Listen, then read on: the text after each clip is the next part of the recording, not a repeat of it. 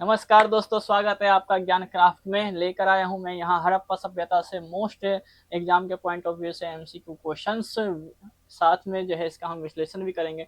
तो चलिए शुरू करते हैं। पहला क्वेश्चन है, हड़प्पा सभ्यता की खोज किसने की थी?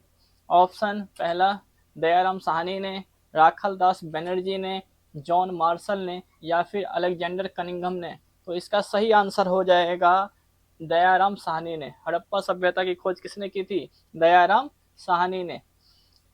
पाकिस्तान के पंजाब प्रांत में रावी नदी के निकट स्थित है क्या हड़प्पा?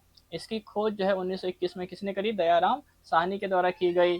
यह सिंधु घाटी सभ्यता का पहला खोजा गया प्रमुख नगर था, जिसके कारण पूरी सभ्यता को हड़प्पा सभ्यता कहा गया। ठीक है, तो सबसे पहले जो खुदाई है वह हड़प्पा में ही हुई थी, इसीलिए इस पूरी सभ्यता को जो है हड़प्पा सभ्यता कहा जाता है।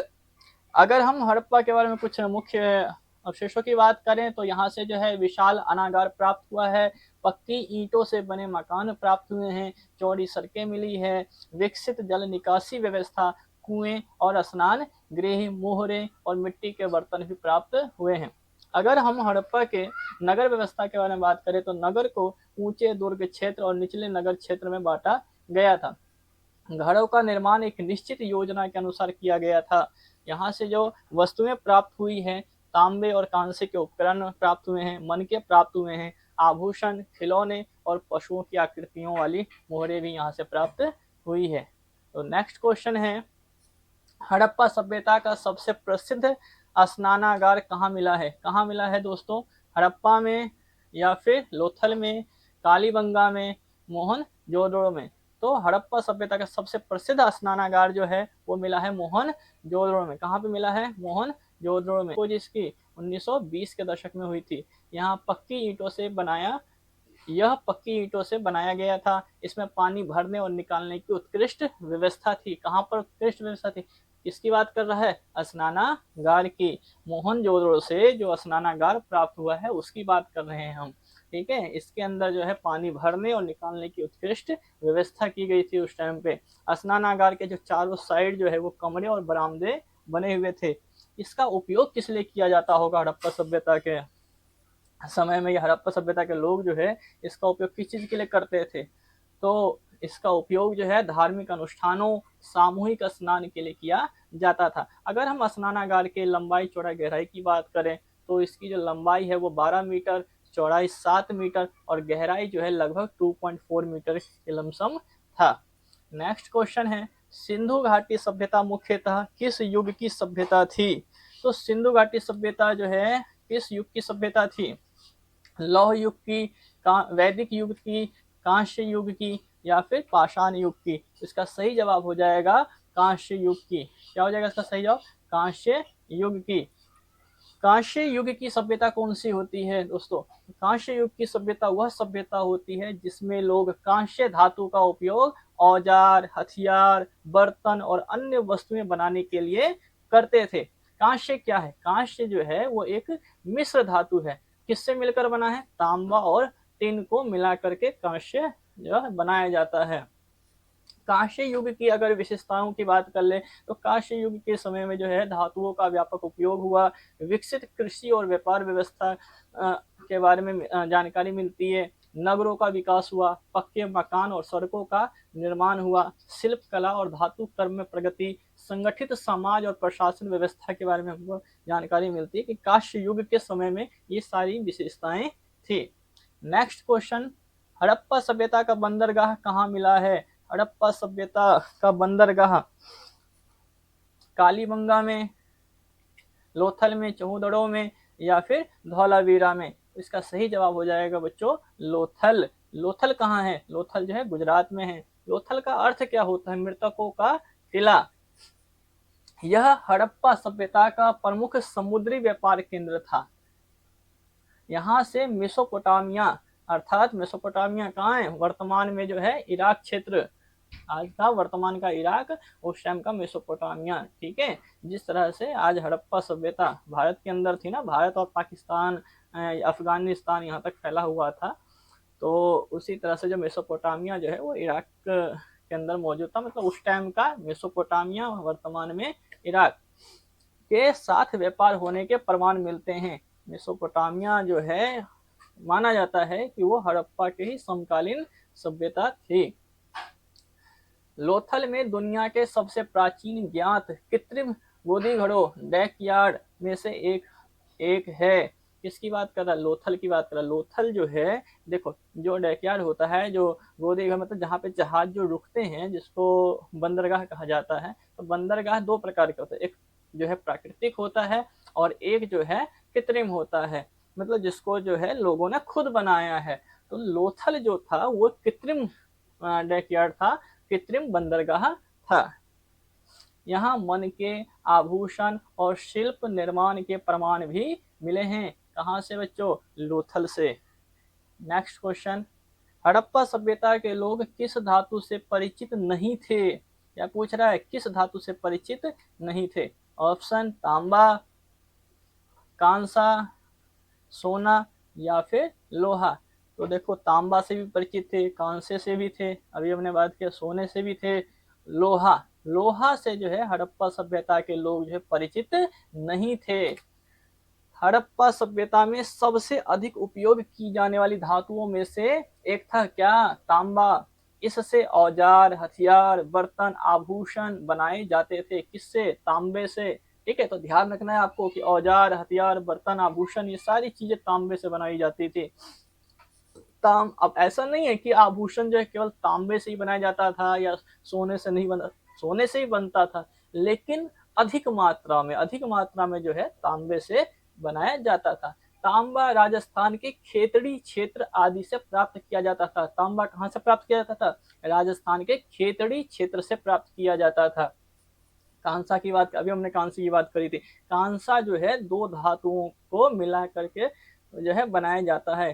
तो कांसा जो है क्या है? मिश्र धातु है। किसका मिश्रण है? तांबा और टिन का मिश्रण है। ठीक है, ध्यान रखना है आपको। कांसा किसका मिश्रण है? कांसा जो किसका मिश्रण है? तांबा और टिन का। अगला पॉइंट है, हड़प्पा सभ्यता को कांस्य युग की सभ्यता कहा जाता है। ये हमने पहले जिक्र कर लिया है। कांस्य से कुल्हाड़ी, चाकू, भाले और मूर्तियां बनाई जाती थी। प्रसिद्ध नृत्य करती हुई बालिका की प्रतिमा कांस्य से बनी हुई है। सोना की अगर हम बात करें तो सोने का उपयोग जो है आभूषण बनाने में किया जाता था। हार, अंगूठी, कंगन आदि सोने से बनाए जाते थे। यह संपन्नता का प्रतीक माना जाता था। क्या? सोना। देखो जिस तरह से आज भी जो है सोने की वैल्यू है, उसी तरह से हड़प्पा सभ्यता के समय में भी जो है सोने की वैल्यू, मतलब जिसके पास जो है सोना है तो इसका मतलब सब कुछ से उसको जो है संपन्न माना जाता था। कि समाज में जो है आप कह सकते हो कि वो अन्य लोगों की तुलना में जो है उसकी महत्वता ज्यादा थी। नेक्स्ट क्वेश्चन है, हड़प्पा सभ्यता की लिपि कैसी है? कैसी है लिपि? ऑप्शन पढ़ी जा चुकी है, ब्राह्मी लिपि है, अभी तक अपठित है या खरोष्ठी लिपि है। तो इसका जवाब हो जाएगा सही, अभी तक अपठित है। हड़प्पा सभ्यता की जो लिपि है उसको अभी तक पढ़ा नहीं जा सका है। ठीक है, ब्राह्मी लिपि, देखो ब्राह्मी लिपि का जिक्र कर लेते थोड़ा सा। तो ब्राह्मी लिपि को किसने पढ़ा था? जेम्स प्रिंसेप ने पढ़ा था। वैसे अभी हमारा ये टॉपिक से रिलेटेड नहीं है, बट फिर भी आ गया तो मैं बता देता हूँ कि ब्राह्मी लिपि को किसने पढ़ा था, ब्राह्मी लिपि का अर्थ किसने निकाला था? तो जेम्स प्रिंसेप ने निकाला था, 1837 के अंदर निकाला था। हड़प्पा लिपि आज भी अपठित है, अर्थात विद्वान अभी तक इसके चिन्हों का सही अर्थ नहीं समझ पाए हैं। लिपि की अगर विशेषताएं की बात करें तो इसमें लगभग 400 से 600 विभिन्न चिन्ह पाए गए हैं। मतलब आप देख रहे हो इतने बड़े स्तर पर चिन्हों का प्रयोग किया जाता था। लेख सामान्यतः बहुत छोटे होते थे। अधिकांश लेख 5 से 10 चिन्हों के होते थे। यह चित्रात्मक पेंटोग्राफिक प्रकृति की मानी जाती है। कहीं कहीं एक लाइन में सीधा कह देते हैं कि हड़प्पा की जो लिपि है, हड़प्पा की जो भाषा थी वो कैसी थी? तो भाव चित्रात्मक भाषा थी। तो एक लाइन में हम ऐसे भी इसको जान सकते हैं। लिखने की दिशा, अब जैसे हम लोग जो हैं लेफ्ट से किधर की तरफ लिखते हैं? लेफ्ट से राइट की तरफ लिखते हैं, मतलब बाएं हाथ से दाएं हाथ की तरफ लिखते हैं। लेकिन जो अगर हम हड़प्पा सभ्यता की बात करें तो विद्वानों का ऐसा कहना है कि यह दाएं से बाएं लिखा जाता था, मतलब राइट टू लेफ्ट लिखी जाती थी। कुछ लेखों में बोस्ट्रोफेडोन एक पंक्ति दाएं से बाएं और अगली बाएं से दाएं जैसी शैली के संकेत भी मिले हैं। अब लिपि कहाँ से मिली है, मतलब लिपि लिखे हुए जो भी साक्ष्य है वो कहाँ से प्राप्त हुआ है, तो हड़प्पा से, मोहनजोदड़ो से, लोथल से भी, धौलावीरा से, कालीबंगा आदि स्थानों से प्राप्त हुआ है। सबसे अधिक प्रमाण मोहरों पर मिले हैं। नेक्स्ट क्वेश्चन, हड़प्पा सभ्यता का प्रमुख व्यवसाय क्या था?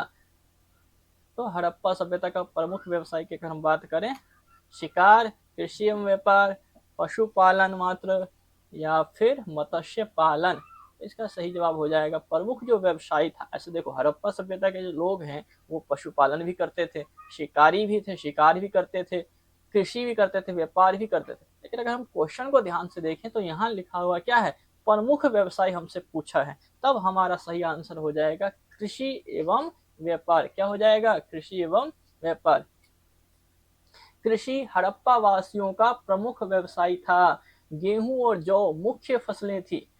हड़प्पा वासियों का जो मुख्य फसल है वो क्या था? गेहूं और जौ। कपास की खेती भी की जाती थी। हड़प्पा वासी दुनिया के शुरुआती कपास उत्पादकों में से माने जाते हैं। नदियों की उपजाऊ मिट्टी और बाढ़ के पानी का उपयोग खेती में किया जाता था। कालीबंगा से जुते हुए खेत के प्रमाण मिले हैं। देखो, बहुत इंपॉर्टेंट क्वेश्चन है ये, एग्जाम के पॉइंट ऑफ व्यू से काफी बार पूछा जा चुका है एसएससी के अंदर। कि जुते हुए खेत के प्रमाण कहाँ से मिला है? तो कालीबंगा से मिला है। व्यापार के ऊपर थोड़ा सा बात करें, ट्रेड के ऊपर, तो हड़प्पा वासी जो है वो आंतरिक और विदेशी व्यापार दोनों करते थे। अभी हमने पीछे जिक्र किया क्वेश्चन में कि हड़प्पा के जो लोग हैं, हड़प्पा सभ्यता के जो लोग थे वो मेसोपोटामिया के समकालीन थे और वहां उनके साथ जो है व्यापार करते थे। तो वही मेसोपोटामिया जो इराक है वो क्या है? वो क्या है? विदेश ही तो है। तो विदेशी व्यापार दोनों करते थे। व्यापार के लिए बैलगाड़ियों और नाव का उपयोग किया जाता था। लोथल हड़प्पा सभ्यता का प्रमुख बंदरगाह था।